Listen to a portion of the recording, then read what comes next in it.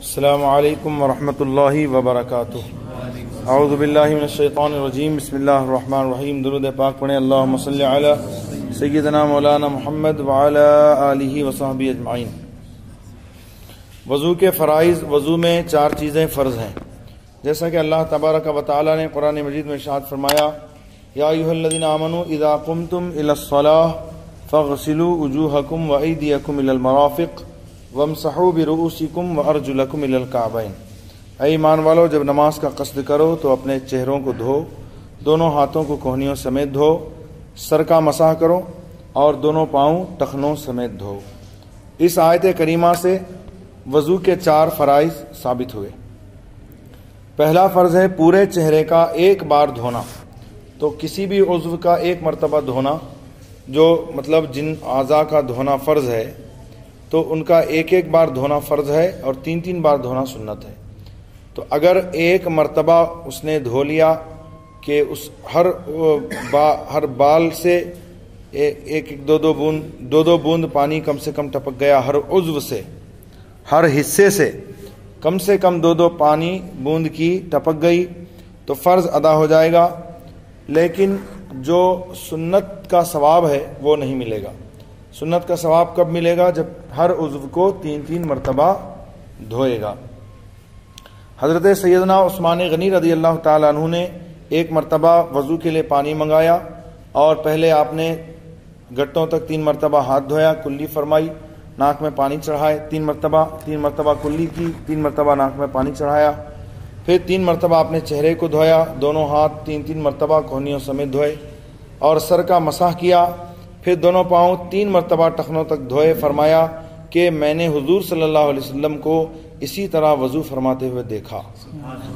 تو 3 مرتبہ ہر عضو کو دھونا یہ سنت ہے۔ دوسرا فرض ہے ایک بار دونوں ہاتھوں کا کوہنیوں سمیت دھونا۔ تیسرا ایک بار چوتھائی سر کا مسح کرنا، یعنی گیلا ہاتھ سر پر پھیرا لینا۔ تو اگر یا تو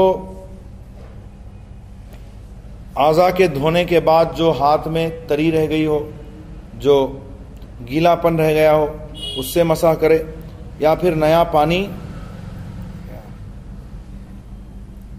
پانی لے لے اور اس سے مسح کرے۔ چوتھا فرض ایک بار ٹخنوں سمیت دونوں پیروں کا دھونا۔ وضو یا غسل میں کسی عضو کو دھونے کا مطلب یہ ہے کہ جس عضو کو دھو اس کے ہر حصے پر کم سے کم 2 بوند پانی بہہ جائے۔ اگر کوئی حصہ بھیگ تو گیا مگر اس پر پانی نہیں بہا تو وضو یا غسل نہیں ہوگا۔ بہت سے لوگ بدن پر پانی ڈال کر ہاتھ پھیرا لیتے ہیں اور سمجھ لیتے ہیں کہ بدن دھل گیا، ایسے ہرگز غسل نہیں ہوگا جب تک کہ ہر حصے سے کم 2 بوند پانی نہ ٹپکنے لگے۔ یہ ہے پانی بہانے کا مطلب، دھونے کا مطلب۔ صرف گیلا ہاتھ پھیر لینے کا مطلب دھونا نہیں ہے، یہ تو مسح ہوا، دھونا کہاں ہوا؟ اور مسح کرنے کا مطلب یہ ہے کہ گیلا ہاتھ پھیرا لیا جائے۔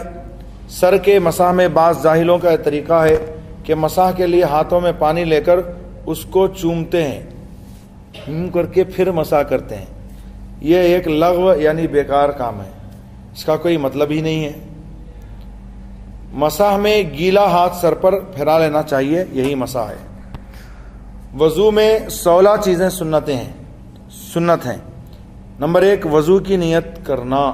تو ہمارے نزدیک وضو کی نیت سنت ہے اور شوافع حضرات کے نزدیک وضو کی نیت فرض ہے۔ ہمارے نزدیک اگر وضو کی نیت نہیں بھی کیا تو وضو ہو جائے گا، نماز درست ہو جائے گی، لیکن اسے وضو کا ثواب نہیں ملے گا۔ اور دوسری سنت ہے بسم اللہ پڑھنا۔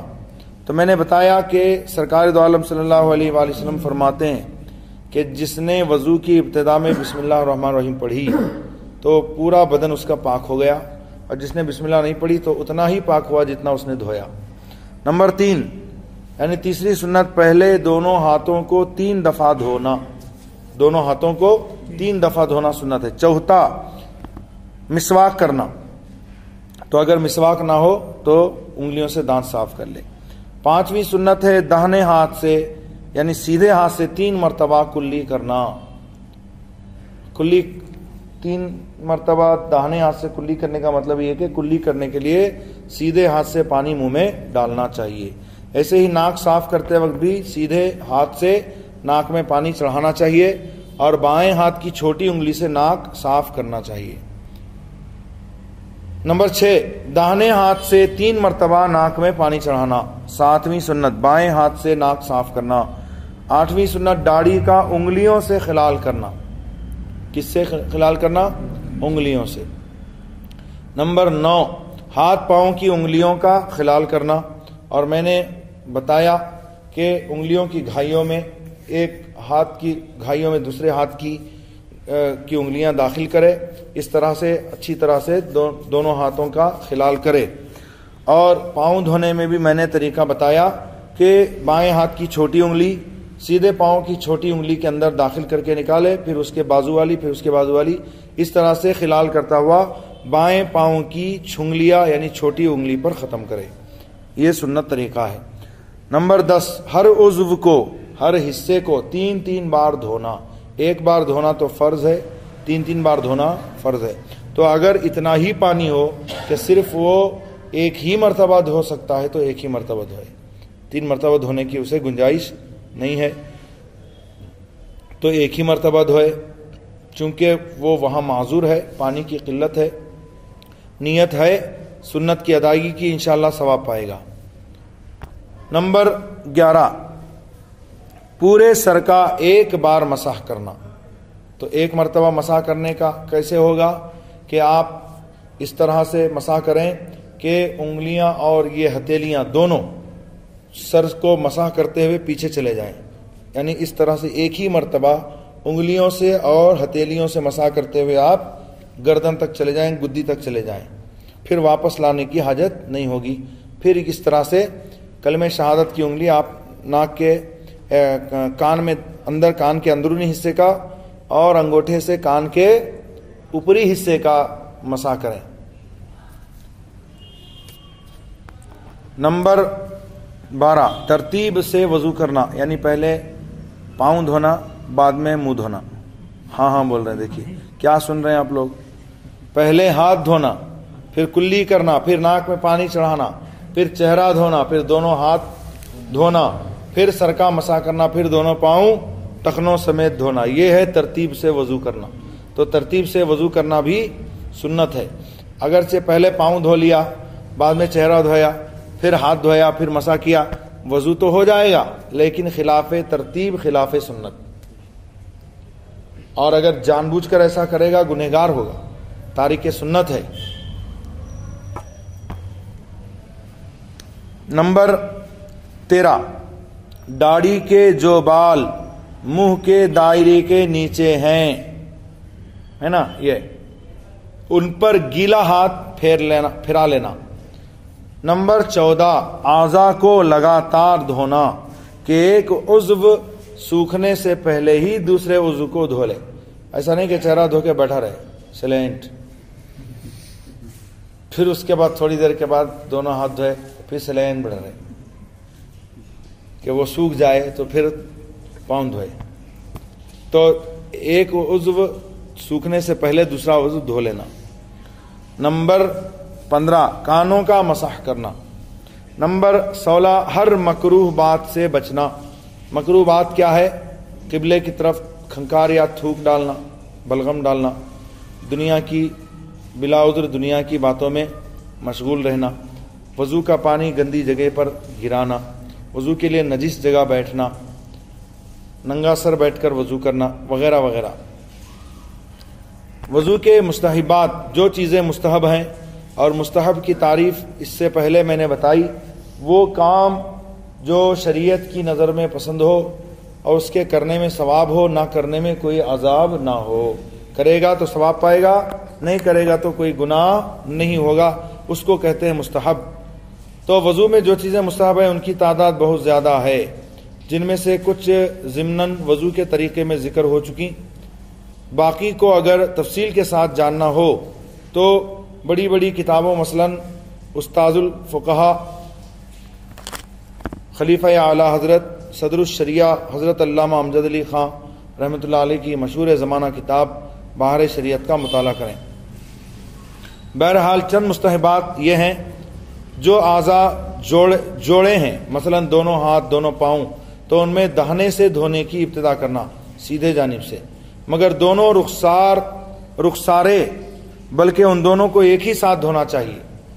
رخساروں کو ایک ہی ساتھ دھونا ہے، ایسا نہیں کہ پہلے ادھر دھوئے پھر بعد میں ادھر دھوئے، دونوں کو ایک ساتھ دھونا، لیکن دونوں ہاتھ دونوں پاؤں میں پہلا سیدھا ہاتھ دھوئے پھر بایاں، پہلے سیدھا پاؤں دھوئے پھر بایاں پاؤں، یہ مستحب ہے۔ یوں ہی دونوں کانوں کا مسح ایک ہی ساتھ کرنا چاہیے۔ انگلیوں کی پیٹھ سے گردن کا مسح کرنا، انگلیوں کی پیٹھ سے گردن کا مسح کرنا، گلے کا مسح کرنا مکروہ ہے، گلے کا مسح نہ کرے، گردن کا مسح کرے گا، اور کس سے کرے گا؟ ہاتھ کی پشت سے، پیٹھ سے۔ اونچی جگہ بیٹھ کر وضو کرنا، وضو کا پانی پاک جگہ گرانا، اپنے ہاتھ سے وضو کا پانی بھرنا، دوسرے وقت کے لیے پانی بھر کر رکھ دینا، بلا ضرورت وضو کرنے میں دوسرے سے مدد نہ لینا، ڈھیلی انگوٹھی کو بھی پھرا لینا، اگر ٹائٹ انگوٹھی ہے تب تو پھرانا، کہ پھرائے بغیر پانی نہیں پہنچتا تو پھرانا واجب فرض، اور اگر بغیر پھرائے پانی پہنچ جاتا ہے، انگوٹھی ڈھیلی ہے تو بھی اس کو پھرا لینا کیا ہے؟ مستحب ہے۔ صاحب عذر نہ ہو تو وقت سے پہلے وضو کر لینا۔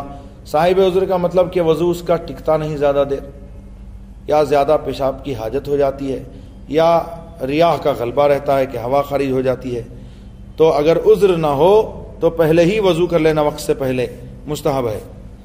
اطمینان سے وضو کرنا، بعض لوگ سمجھتے ہیں کہ نوجوانوں کا وضو بڈھے کی نماز، یعنی جلدی جلدی وضو کرو بڈھے کی جیسی نماز پڑھو، یعنی آرام سے نماز پڑھو۔ آرام سے نماز تو پڑھنا ہی ہے، وضو بھی آرام سے کرنا ہے۔ جلدی جلدی میں فرض ہی چھوٹ گیا تو کیا کرو گے؟ جب وضو ہی نہیں ہوا تو نماز کہاں سے ہوگی؟ کانوں کے مسح کے وقت چھنگلیاں کان کے سوراخوں میں داخل کرنا، جیسے کہ میں نے کل بتایا تھا، یہ کیا ہے؟ مستحب ہے۔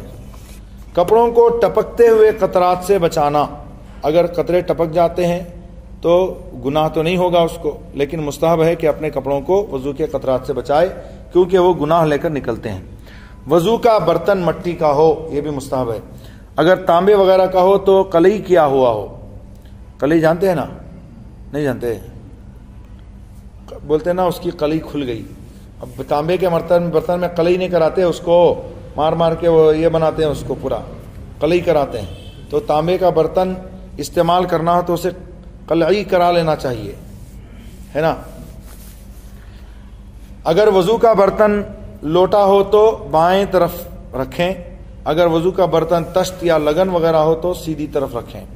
اگر لوٹے میں دستہ لگا ہوا ہو تو دستہ کو 3 بار دھو لیں، اور ہاتھ دستے پر رکھیں، لوٹے کے منہ پر ہاتھ نہ رکھیں۔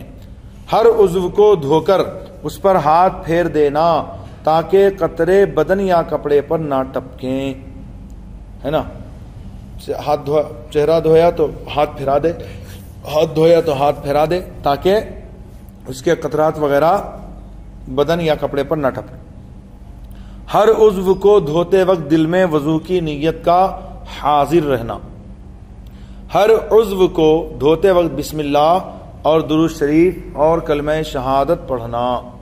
ہر عضو کو دھوتے وقت الگ الگ عضو کے دھونے کی دعاؤں کو پڑھتے رہنا، اگر دعائیں یاد نہ ہوں تو درود شریف پڑھتا رہے۔